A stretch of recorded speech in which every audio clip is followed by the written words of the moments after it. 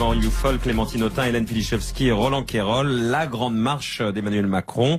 L'ancien ministre commence ce soir à Strasbourg une série de 3 meetings pour présenter son diagnostic de la France après le porte-à-porte donc de ses marcheurs. 25 000 questionnaires ont été analysés, triés par thème, géographie, catégories socio-professionnelles. Pas encore de candidature officielle, ni de programme. Ça va venir dans les jours ou dans les semaines qui arrivent. Pour vous, Emmanuel Macron, force tranquille ou mirage? Dis donc, il a fait moins de Clémentine, que vous arrive-t-il déjà? Les questionnaires, il en a fait moins que le Parti communiste français qui a fait sa consultation, qu'on a plus de 30 000, j'oublie quand même. Mais il n'a pas de parti derrière lui, vous voyez. Quand je vois les unes de journaux qu'enquille Emmanuel Macron, alors c'est vrai qu'il s'est fait quand même un carnet d'adresses assez poussé pendant ce temps où dans la finance, je l'ai déjà dit à ce micro, mais enfin faut pas l'oublier, quand il était dans la finance, il a pas mal travaillé avec des groupes de presse pour faire des fusions-acquisitions. Je pense qu'il a un carnet d'adresses remarquable et on ne peut pas passer devant un kiosque à journaux sans voir une, voire deux, voire trois, une chaque semaine avec le miracle Emmanuel Macron. Et on le voit, et je l'ai regardé, je sais même plus, c'était très TF1 inquiète en France pour 2, la présidentielle. TF1 en France 2, là, quand il est venu présenter je ne sais pas quoi, voilà. Je l'ai regardé, écouter attentivement, parce que regarder, effectivement, il a l'air sympathique, mais quand on écoute un tout petit peu ce qu'il dit, c'est le vide intersidéral qui m'a quand même tout à fait surpris. Alors, donc, attendez Clémentine, parce que attendez d'abord les réseaux sociaux. Quel est cet Emmanuel Macron? Disons, il vous fait tellement peur pour à ce point le désinguer tout de suite. Alors, ça va bien se passer, tout le monde n'est pas aussi inquiet sur les réseaux, Clémentine, mais on s'est quand même partagé un vide produit médiatique, la mascarade Macron, comme dit Guy, ou seul espoir de la gauche pour 2017 si on veut éviter un second tour Juppé Le Pen, comme l'a sur Fouad. Ça balance. Aujourd'hui, il y a quand même un peu plus de critique, le concret se fait attendre. On me dit il n'y a pas de programme. En même temps, si c'est pour avoir un pavé de 1000 pages qui ne sera pas tenu, balaye Vincent. Dans le Macron, rien n'est bon, tac déjà Guillaume. Mais Taoufik est persuadé qu'il représente une nouvelle image de la classe politique française. C'est pour ça qu'il le déteste des deux côtés.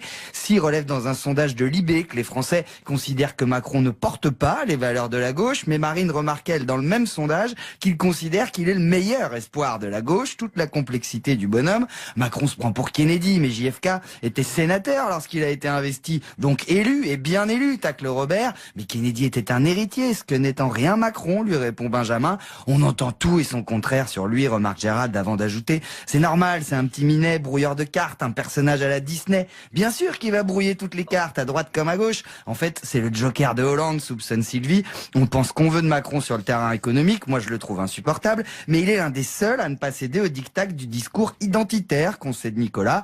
Je dirais plutôt que voilà un matraquage médiatique qui ne correspond à rien, tas d'hypocrites, conclut gentiment Mado. Hélène Pilichevski, l'homme présidentiel pour vous, c'est Emmanuel Macron? Oh bah non, c'est un peu prématuré de le dire et tout le monde se retranche d'ailleurs vers le délai promis par Emmanuel Macron lui-même. Je vous le rappelle, il avait dit qu'il se déterminerait dans 2 mois. Ça, il y a à peu près 1 mois. Il lui reste donc 1 mois avant de se déclarer et de présenter son programme. Il a choisi de faire tout à l'envers, précisément parce que les méthodes classiques, la façon de faire des autres ne fonctionne pas vraiment. Il y a une floraison de candidats dans les primaires et personne, en fait, ne ramasse pour l'instant la mise, hormis peut-être Alain Juppé, qui fait quand même la course en tête de la droite et du centre depuis un certain temps. Donc, si vous voulez, en même temps, on relève que les citoyens en ont assez des vieux clivages, des hommes en place, des méthodes utilisées. Il y en a un qui choisit de s'engouffrer dans cette brèche pour capter cette demande, et on lui reproche de ne pas faire comme les autres. Je trouve qu'il y a une vraie contradiction, si vous voulez. On dit, il n'y a pas de programme, il n'y a pas de programme. Mais tous les candidats sortent des programmes, des livres. Bruno Le Maire, 1000 pages, son ouvrage de programme. Enfin, c'est effrayant. Et ça ne fait bouger personne, ça n'intéresse personne. Lui, il choisit une autre méthode. Pourquoi ne pas lui laisser sa chance? Cela dit, alors on dit, il n'y a pas de parti derrière lui. L'opinion, les gens, les citoyens en ont assez des partis. Il y en a assez. Il y a une lassitude, il y a un besoin de renouveau. Il l'incarne. Pourquoi pas? Voilà ce que je veux dire. Il faut attendre. On verra bien donc ce que vous nous dites. Ce que je veux dire, c'est qu'il y a un délai. Si tout ça ne se décante pas, si ça prend pas corps, si vous voulez, s'il n'y a pas vraiment quelque chose qui se passe, que dans les sondages, il dépasse pas les 12, 13, 14... il est à 36. S'il n'y a pas une Yvan Youfol. Il est déjà à 36%, d'après ce que j'ai vu, des intentions de ceux qui voudraient le voir concourir à la présidentielle. C'est différent. C'est pas des sondages sur les intentions de vote, c'est des sondages sur... Ceux qui voudraient qu'il soit dans la course. Ouais. Ce que je veux dire par là, c'est qu'il est déjà plébiscité dans une candidature qu'il n'a pas posée. C'est inédit d'avoir déjà ce score avant même d'avoir... Et justement, il est intéressant de savoir pourquoi ce type qui, en effet, n'a pas de programme, pourquoi ce type qui ne dit rien que des banalités, qui simplement affiche un visage nouveau. Pas tout à fait des banalités, je suis non, enfin bon, qui ne dit rien sur les grandes questions économiques et sociales. Attendez, non, il respecte un calendrier. Oui, j'entends bien. Mais pourquoi, malgré tout ce vide qu'il porte en lui, enfin à côté de lui en tout cas, plaît-il tant à l'opinion? Eh bien parce qu'il répond très précisément à un diagnostic qu'on a tous fait ici, qui est que l'opinion aujourd'hui ne veut plus en effet de ces partis politiques, et il se présente comme étant hors parti, il se présente comme étant hors système, et donc il se présente, mais il ne l'assume pas comme étant un populiste. C'est un populiste dans la même filiation que peut l'être Trump, avec naturellement dans une perspective beaucoup plus caricaturale. Comparaison n'est pas raison. Non, il est dans cette même Clémentine vous recadre sur Macron. Il est dans cette famille. Non, mais laissez-moi terminer. Ce raisonnement est très simple. Il est dans cette famille dite populiste qui se refuse à se reconnaître dans le système, qui rejette ce système, qui rejette les partis. C'est un produit du système. Non, mais attendez. Non, mais j'essaie de. Non, mais laissez-moi terminer.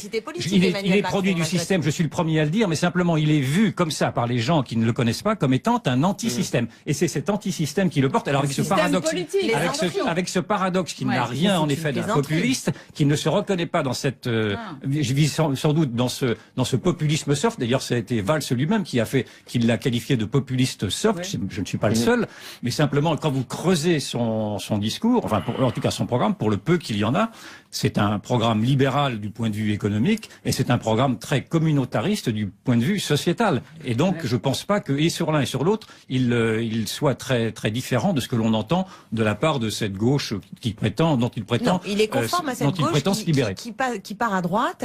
Et pour preuve, une seule phrase qui me paraît tout à fait symptomatique. Il a dit qu'il fallait que les jeunes en France rêvent d'être milliardaires. Et je pense que quand on est de gauche et qu'on a ça dans la tête, c'est déjà qu'il y a un... Roland Quérol, ça vaut mieux que de rêver à être SDF. Oui. Bon. Mais pourquoi que ce soit l'un soit l'autre? C'est des rêves parce que les rêves en général vous sortent de votre condition. Voilà. Ça c'est vraiment la version à l'américaine de ce que. Alors là, ça nous amènerait vraiment sur des grands débats. Je suis d'accord. Mais yes you can, et il suffit juste d'avoir envie, si je veux, je peux, et que le rêve c'est d'avoir le plus d'argent. Je pense que ce qu'il faut, c'est refonder une société sur justement un sens pour sa vie personnelle et pour l'espace commun, qui ne soit pas enfermé dans le culte de l'argent. Et je pense que c'est vraiment un des problèmes de la vie. Écoutez, je trouve les médias extrêmement pressés. Les candidatures dans les présidentielles, de tous ceux qui ont été élus, ne sont jamais arrivées avant fin octobre, mi-novembre, parfois même pour l'un d'entre eux, mi-février. Ils ne peuvent pas attendre, est-ce qu'il faut sans arrêt dire alors oui ou non, vous y allez? Et quand ils ont compris pour Macron qu'il ne dirait rien là-dessus avant fin novembre, ça en est, mais alors le programme, il a dit qu'il allait d'abord entamer un dialogue avec les Français, faire remonter les attentes, faire une espèce de démarche participative. Alors il a ajouté un peu audacieux, ça s'était pas fait depuis 30 ans. Ségolène Royal, en 2006, a fait ça. Elle a dit aux médias, écoutez, si ça vous amuse pas, tant pis, moi je fais des meetings tous les soirs avec des Français, on va discuter des solutions qu'ils proposent. C'est dans ce moment-là, aucun journaliste n'allait dans ces meetings participatifs, ils étaient pleins, ça marchait du feu de Dieu, et elle a monté sans arrêt dans les sondages. Donc attention, c'est pas parce que quelqu'un veut faire une démarche qui ne soit pas celle que les médias veulent imposer que c'est forcément la meilleure. En tout cas, Emmanuel Macron sera dans les médias demain puisqu'il sera l'invité de RTL Matin. Dans un instant, les jobs à 5 € ça n'empêche pas d'y aller. De Bruno Le Maire. En espérant qu'il dise des choses, mais on peut compter sur Elisabeth Martichoux pour le faire parler. On refait le monde dans RTL Soir. Marc-Olivier Fogiel. À la Banque Postale, ils ont observé qu'il y a des petites ou des grandes voitures, des neuves ou des occasions, des gens qui font du covoiturage ou qui sont en conduite accompagnée. Les primaires, le premier organisé par RTL et TF1 le jeudi 13 octobre, on débat chaque soir d'une proposition d'un candidat à la primaire. Ce soir, les emplois rebonds de Bruno Le Maire, autrement dit un travail pour remettre le pied des chômeurs de longue durée à l'étrier. Ces mini-jobs seraient payés 5 € de l'heure, soit 433 € par mois pour 20 heures travaillées maximum. Ce système existe déjà en Allemagne, mais en France, il serait cumulable avec les allocations. Alors cet emploi rebond, bonne ou mauvaise idée? Sur les réseaux sociaux, Benoît? Comme un air de déjà-vu, hein. Jacques se souvient, en 94, c'était Balladur et le CIP, en 2006, Villepin et le CPE, et en 2016, Le Maire. À droite, cheveux blancs, idées courtes, tacle-t-il. Jusque-là, je pensais bêtement que le but du travail était de se loger, de se nourrir, ainsi que sa famille. Qu'on m'explique comment s'en sortir avec 433 €, s'énerve Lucien.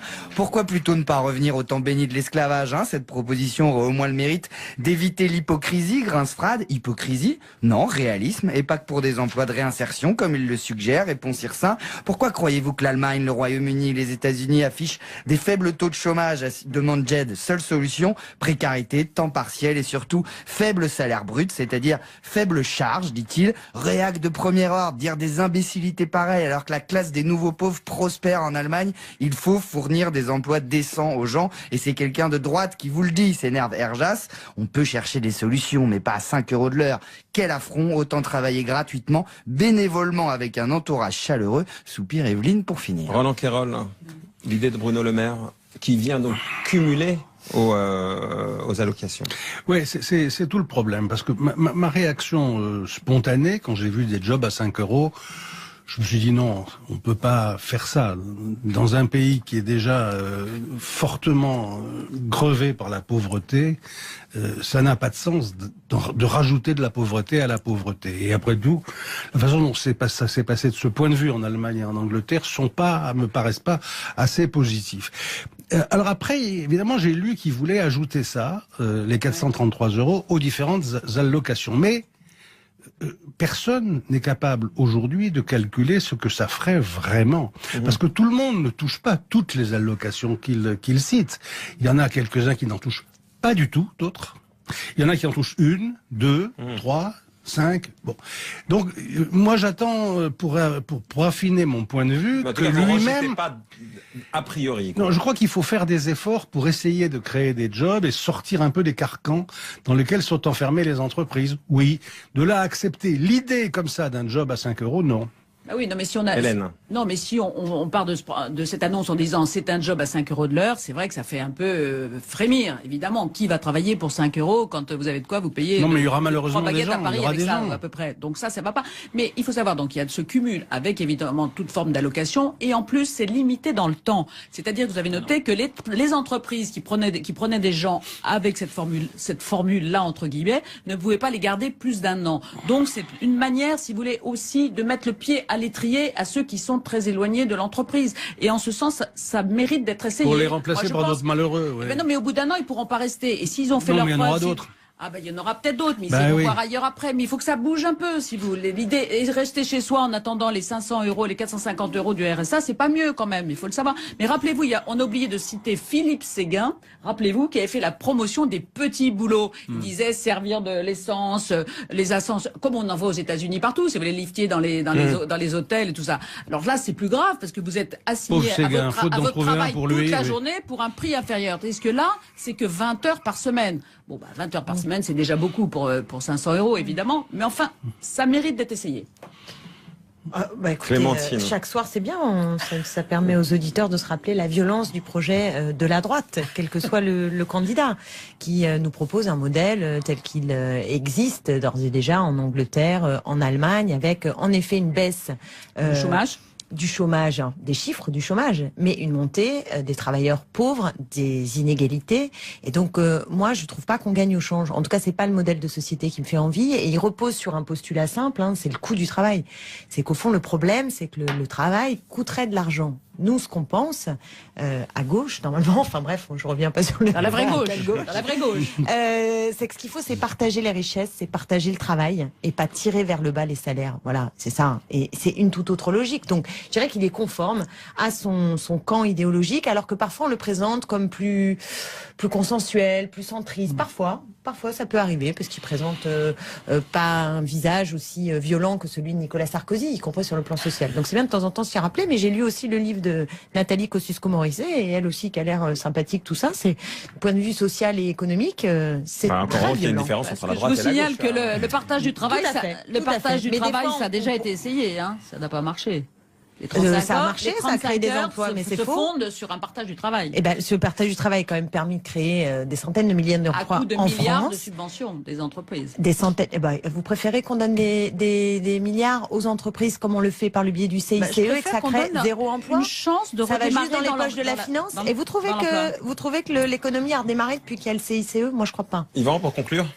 Je trouve que la violence que Clémentine voit dans cette mesure, moi je la vois précisément dans cette assignation à la précarité qui est faite par ceux qui ne veulent pas précisément Alors, créons de la donner précarité pour qui lutter ne contre veulent la pas précarité. de ces petits boulots, qui ne mal. veulent pas que ces gens-là s'en sortent. Moi je trouve, j'applaudis à demain. Moi je suis très pour les petits boulots. J'applaudis à demain quand ces genres de solutions sont faites pour mettre le pied à l'étrier à des personnes qui sont pour l'instant associables. C'est un petit peu ça, son profil, le profil des personnes qu'il recherche. Ce serait naturellement insupportable si ça devait servir à exploiter ces gens par des profiteurs, mais vous l'avez dit, Hélène, c'est d'abord limité dans le temps, à 1 an, et il me semble quand même qu'il est préférable, je n'arrive pas à être convaincu du contraire, qu'il est préférable de travailler plutôt que d'être assisté. Et dans cette perspective-là, je trouve que le maire a raison. Simplement, je le plains de voir qu'il a fait un document de 1000 pages et qu'on ne retient de lui que cette proposition-là. Et donc, c'est un peu désespérant de voir qu'à côté de Macron, etc., on reprend la conversation précédente, il n'arrive pas à émerger, il n'arrive pas à exister, et il n'arrive même pas à surprendre, même pas d'ailleurs à polémiquer dans le fond, parce que c'est une mesure qui me semble être une mesure de bon sens. Allez, on termine là. Le bon sens, c'est une valeur de droite. C'est déjà déposé comme Ça, ça. le bon sens, c'est effectivement une valeur que vous ne connaissez pas. Ça, j'ai remarqué ça depuis longtemps. Ouais. On peut terminer comme ça. Voilà. Le bon sens, une valeur. Un carnet d'adresses assez poussé pendant ce temps où dans la finance, je l'ai déjà dit à ce micro, mais enfin, faut pas l'oublier, quand il était dans la finance, il a pas mal travaillé avec des groupes de presse pour faire des fusions-acquisitions. Je pense qu'il a un carnet d'adresses remarquable et on ne peut pas passer devant un kiosque à journaux sans voir une, voire deux, voire trois, une chaque semaine avec le miracle Emmanuel Macron. Et Comme on vous le avez voit. compris, Et je l'ai regardé, je sais même plus c'était est très TF1 en inquiète France pour 2. la présidentielle. TF1 en France 2, là, quand il est venu présenter je ne sais pas quoi, voilà. Je l'ai regardé, écouter attentivement, parce que regarder, effectivement, il a l'air sympathique, mais quand on écoute un tout petit peu ce qu'il dit, c'est le vide intersidéral qui m'a quand même tout à fait surpris. Alors, Donc, attendez, Clément, dans les semaines qui arrivent, pour vous, Emmanuel Macron, force tranquille ou mirage? Dis donc, il a fait moins de Clémentine, que vous arrive-t-il déjà? Les questionnaires, il en a fait moins que le Parti communiste français qui a fait sa consultation, qu'on a plus de 30 000 quand même. Mais il n'a pas de parti derrière lui, vous voyez. Quand je vois les unes de journaux qu'enquille Emmanuel Macron, alors c'est vrai qu'il s'est fait quand même un... Youfol, Clémentine Autain, Hélène Pilichevski et Roland Quérol, la grande marche d'Emmanuel Macron. L'ancien ministre commence ce soir à Strasbourg une série de 3 meetings pour présenter son diagnostic de la France après le porte-à-porte donc de ses marcheurs. 25 000 questionnaires ont été analysés, triés par thème, géographie, catégories socio-professionnelles. Pas encore de candidature officielle, ni de programme. Ça va venir dans les jours. Parce que, attendez d'abord les réseaux sociaux. Quel et puis est cet Emmanuel Macron? Disons, il vous fait tellement peur pour à ce point le désinguer tout de suite. Alors, Ça va bien se passer, vous allez voir. Tout le monde n'est pas aussi inquiet sur les réseaux, Clémentine, mais bon, c'est quand même partagé un vide produit médiatique, la mascarade Macron, comme dit Guy, ou seul espoir de la gauche pour 2017 si on veut éviter un second tour.